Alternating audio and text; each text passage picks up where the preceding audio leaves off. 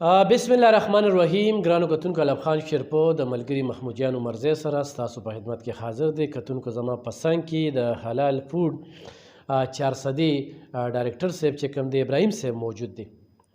ابراهیم صاحب سره به خبرې ترې کوو. دا محکمه اوس نوې په وجود کې راغلې ده او په لږ وخت کې دې محکمې چې کوم دی ډېر کارونه وکړل. موږ به پوډ محکمه هر وخت یادوله، پوډ خو هغه پوډ محکمې چې کوم دی په هغې باندې به بوج هم زیات او اکثر به چې کوم دی موږ د کار نه مطمئن هم نو. خو دا حلال پوډ چې کوم دی دا نوم یې داسې دی چې په موږ او تاسو باندې حلاله خوري، چې موږ او تاسو دې ته جوړوي چې تاسو رزق خورئ نو هغه حلال وخورئ، په هغې کې ملاوټ مه کوئ، په بل هم حلال وخورئ، په خپل هم حلال وخورئ.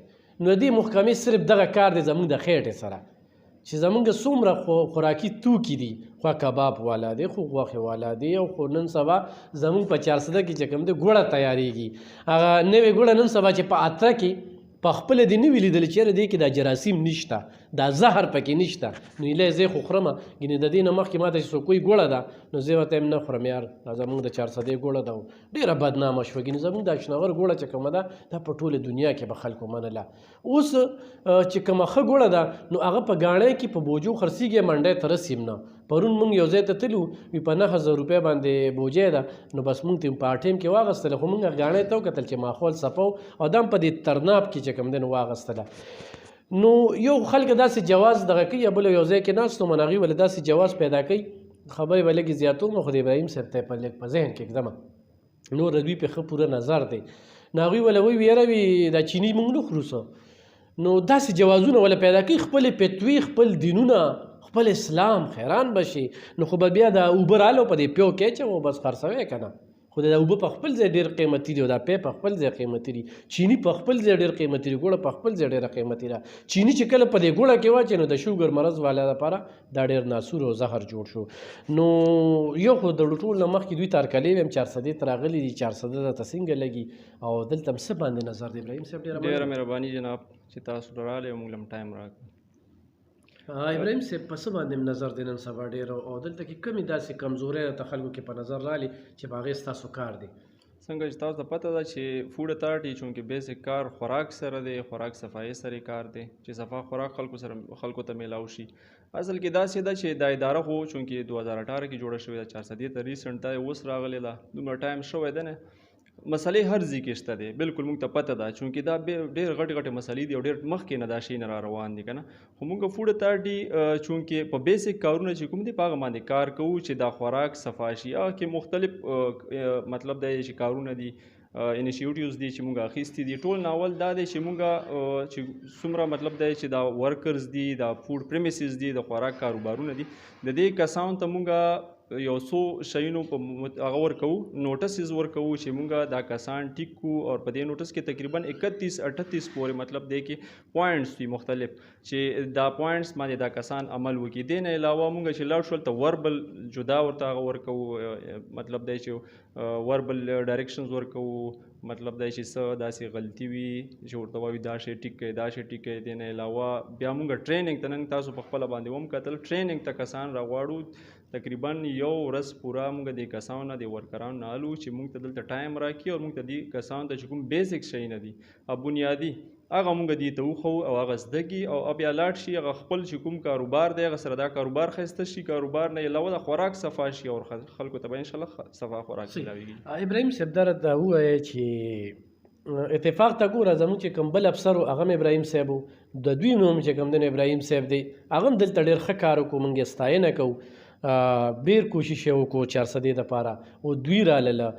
په دې مې لاول پې کې چې دا چیني په ګوړه کې اچول او ګوړه په چیني کې اچول، یو خو په 2.5 غنټې کې پور جوړېږي، بل خو په 15 منټه کې پور جوړېږي. نو ستاسو په ساینسي بنیادونو باندې دا غلطه ده او دا صحت دپاره نقصان دیخ ده؟ بالکل بالکل.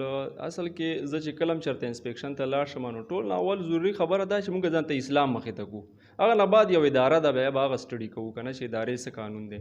نو زه خو خلکو ته دا وایم جناب چې موږ ته الله تعالی او حضور سم ښکلی یو دین را کړی دی، او دین کې موږ ته ویلی شوي چې ملاوټ منع دی، چې څوک ملاوټ کوي موږ نه دی. نو چې موږ د اسلام نه وځو نو بیا پاتې څه شو؟ نو خبره دا ده چې چینی ملاول په ګوړه کې دا ځان له یو ملاوټ دی. زه خلکو نه همدې 400 خلکو نه ما دا ګیله ده چې 400 په دې مشهوره وه چې ګوړه د جناب دلته یو ګوړه ښایسته پیدا کېږي او ټول خلکو به دلته نه مطلب ګوړه. اوس مصیبت دا دی چې هغه ګوړه چې کوم دی هغه ملاوټ دی چېرته چې لاړ شو 15 ګاڼې چې چیک وو هغه کې 3 ګاڼې وکې د چینی ملاوټ دی. نو دا یو خواست دی او موږ ډېر خلک په دې جرمانه کړي دي، ډېر لګیا یو په دې باندې کار کوو. یو کس داسې نه رانه بچ چې هغه مطلب دا دی چې ملاوټ کړی دی او مونږ په هغه باندې څه ایکشن نه اخیستی. خامخا څه نه څه مطلب دی هغه ته مونږ یا سیلینګ به مو کړی یا به مو جرمانه وله ورکړي یا به مطلب د اف آی آر پکړي وي. نو مونږ کوشش دا چې انشاءالله دا به الله تعالی به یې ټیک کړي، انشاءالله دا پروسس به ټیک شي. بلکې دا چینو یو غټ ټیم هم پکې پروت دی که نه، بیا پکې یو نهه قسمه څیزونه ورواچي نو بس ګوړه ترې جوړه شي، په 15 منټه کې جي پور جوړ شي که نه. خو د پوډرو نه پکې زیاتې پیسې دي، خو تاسې په ټیم باندې خو 2 لکه جرمانه کوي خو 1 لک ناوې جمع کوي. بالکل داسې ده چې موږ سره خو اختیارات دي که نه. یو ما تاسو ته وختي مو ویل فاین دی جناب، اف آی آر دی، سیلینګ دی. مونږ د خپل اختیارات استعمالو، کافي خلک ټیک شوي هم دي مونږ سره باقاعده په سټامپ باندې یو قسمي سټامپ دی والو او قسم وخوري په دې کې چې یاره آینده به زه دا شی نه کوم. او بل مونږ په هغه ایم آی ایس زمونږ کمپیوټر سیسټم دی، مونږ سره هغه کس ډیټا راشي نو مونږ بیا 10 دن بعد 15 دن بعد د دې کس فالو اپ کوو، اینی ټایم ورتلی شو. په ګوړه کې مطلب دی د رنګ ملاوټ شو، د نه علاوه د چینی ملاوټ شو، دا شیونه مونږ سختۍ سره منع کړي دي او کافي بهترین راغلی دی انشاءالله.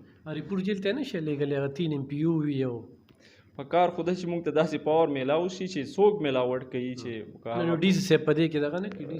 ډي سی صاحب چونکې دا اتھارټي داسې چې د زیاتره اختیارات ډي جي صاحب سره وي، زموږ ډایرکټر جنرال سره وي. نو چونکې ایکټ کې خو فلحال دغه کوم هغه دي دفعې دي دغه مونږ استعمالو. او انشاءالله دا ریکویسټ هم کوو چې څومره دی نه سخت هغه ورته کېدی شي، حالانکې دا خو کافي سخت دغه دي. ډېر خلک به دا سوال هم لري که نه ذهنونو کې دی تاسو ډیوټي کې همنه چې دا د څه خده پورې ده که نه د شپې چاپې وښلی شي اچانک تاسو ته اطلاع راغله چې یاره پلانکي ځای کې مونږ خو په مونږ ته چې کله مونږ ډیوټي جوین کوله نو دا باقاعده مونږ په هغه کې دي ډیوټي سلیپ کې دي چې مونږ به 24 ګنټې آن بورډ یو دلته موجود یو. مونږ زه باقاعده دلته موجود یم په دې آفس کې، زما دلته سټې وي نو اینی ټایم څوک مونږ سره رابطه کولی شي انشاءالله مونږ اینی ټایم ډېره زیاته مننه. کتونکو دا دفتر چې کوم دی په نوښار روډ باندې دی، تورنزو باباجي صاحب ټاون کې دی. تاسو ته څه قسمه شکایت وي چې په پلانکي ځای کې په فریزر کې څښاینه پرته ده، غوښه پرته ده، انډین پرته ده، نو زه ستاسو چې کومه ذمواري د هغه ترسره کې دوی پورې رورسئ. بس یوه دویمه دا خو یو سړی و چې دا پوډ والا چې کوم دی دا په شپې په څنګه چاپو ووښله او دا اختیار چا ورکړی دی، نو دا اختیار چې کوم دی دوی له حکومت ورکړی دی، دوی له قانون ورکړی دی. ته څوک چې غلط کار هم کوي او دا تپوس هم کوي عجیبه شانتې دغه.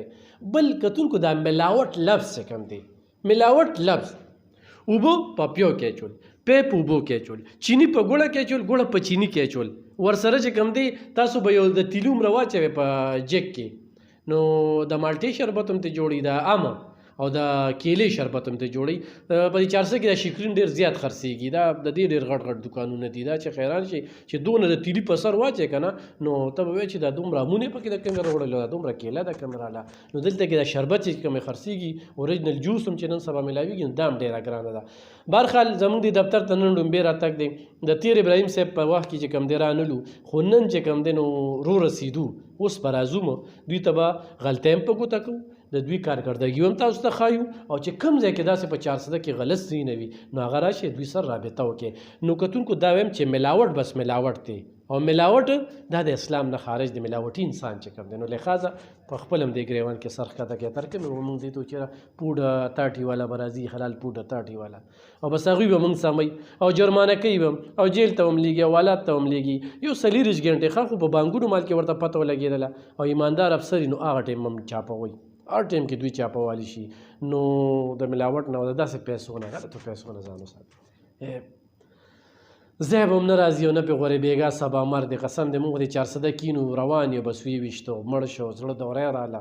نو لحاظه سرکاري خلکو ته هم بیم او د عامو خلکو ته هم بیم چې بس دی زمونږ 400 وال چې کوم دی دا ډېر ځپلي شو، دا ده چې موږ ځان په خپله ځپو چې موږ دا غلط کارونه کوو نو دغه به منجامي. نو کتونکو دا هم د سره ابراهیم صاحب چې کوم دی متعارف کوو او د ستاسو چې کومه ذمهواري ده هغه هم ترسره کړئ. څه میسج 400 والا ورکوي؟ زما خو د فوډ اتارټي طرف نه دا میسج دی چې انشاءالله چاته هم چې څه شکایت وي د فوډ حوالې سره د هایجین حوالې سره موږ سره اینی ټایم رابطه کولی شئ، سره موږ حاضر یو جناب. صحیح. په خپلو دعاګانو کې مې یاد ساتئ. ډېره مننه.